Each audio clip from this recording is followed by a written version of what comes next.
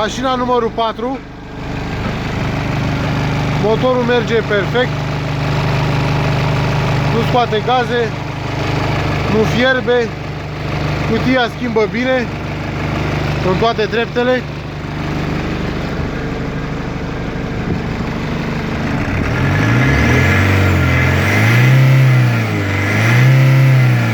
Merge bine.